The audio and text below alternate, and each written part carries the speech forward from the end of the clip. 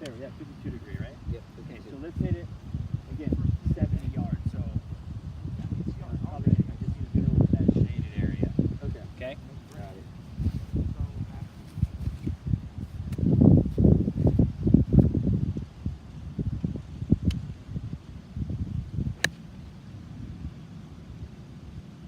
Perfect. Perfect. So a couple characteristics of that ball flight is obviously it's not spinning as much, right? Yeah. Which is most of the time it's a good thing with wedges. And also too, it's a little bit lower, which is also another control factor to that shot. Right? Yeah. Okay. So again, that's a shot that we can use when we have like a middle, or back hole location, where we can kind of start to dictate what the ball is going to do once it lands on the green. We can control spin, we can control flight. That makes us as players really, really, really dangerous when we have a wedge in our hand. Okay. Even sometimes with a full wedge, you're kind of licking your chops with a 116 shot. That ball still may have too much spin. Like for instance, we're out here, we're playing hole 16, which has a lot of slope from back to front. We have 115, that may land, maybe right at the hole, maybe just past it, but if it has spin, it's coming all the way back. Okay? So that might be, again, another shot where you're trying to hit 52 degree, maybe even work your way up into hitting pitching wedge, and figuring out, again, or testing some things to see how you can start to control that ball flight. Okay? And everyone's different, but we all have the same key, philosophies that I do, or that you do, or that I teach. But everyone's going to hit at different yardages. So that's why it's up to you when you're out here practicing. Your homework is to basically start to do these things with your wedges and figure out how far that ball's flying.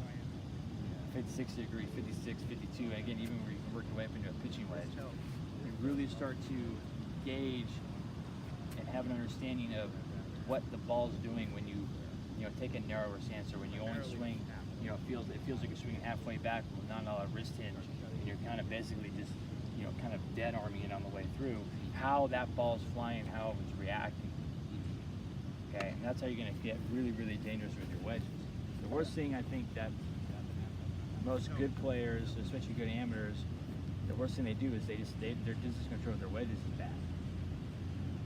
Nowadays, and you see it, guys can hit the ball 330 yards.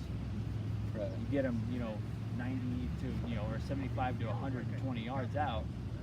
What do they got? Do they have that ability to hit it close or not? And to control the flight, to control the spin, that's, where it's going to be. Okay. So when you practice those things, it's going to make you a better wedge player when you get on the golf course, because you have these things set up already. Hey, I have 90 yards to a back hole location.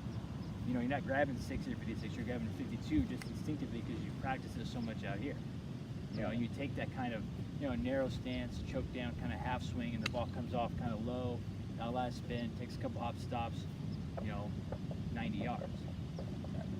Yeah, exactly. And so, when you're hitting 90 yards, obviously it's got to fly 83 to 84, so it can have that couple that have the time to take that bounce or two. Okay. But again, those are the things that you can work on out here and really start to get an understanding of what that ball's doing. I like that a lot, because I think when I'm playing that shot, I do use a lot of wrist. I feel like I lose a lot of control and accuracy because of it. And then immediately when I did the dead hand, it was a lot more easy. I didn't feel like I had to slow my swing down. Yeah, exactly. And that's kind of the whole key of this. Is we don't want to feel like we're ever slowing down into the golf ball. We always want to create an environment where when we're hitting these shots, we can still accelerate through.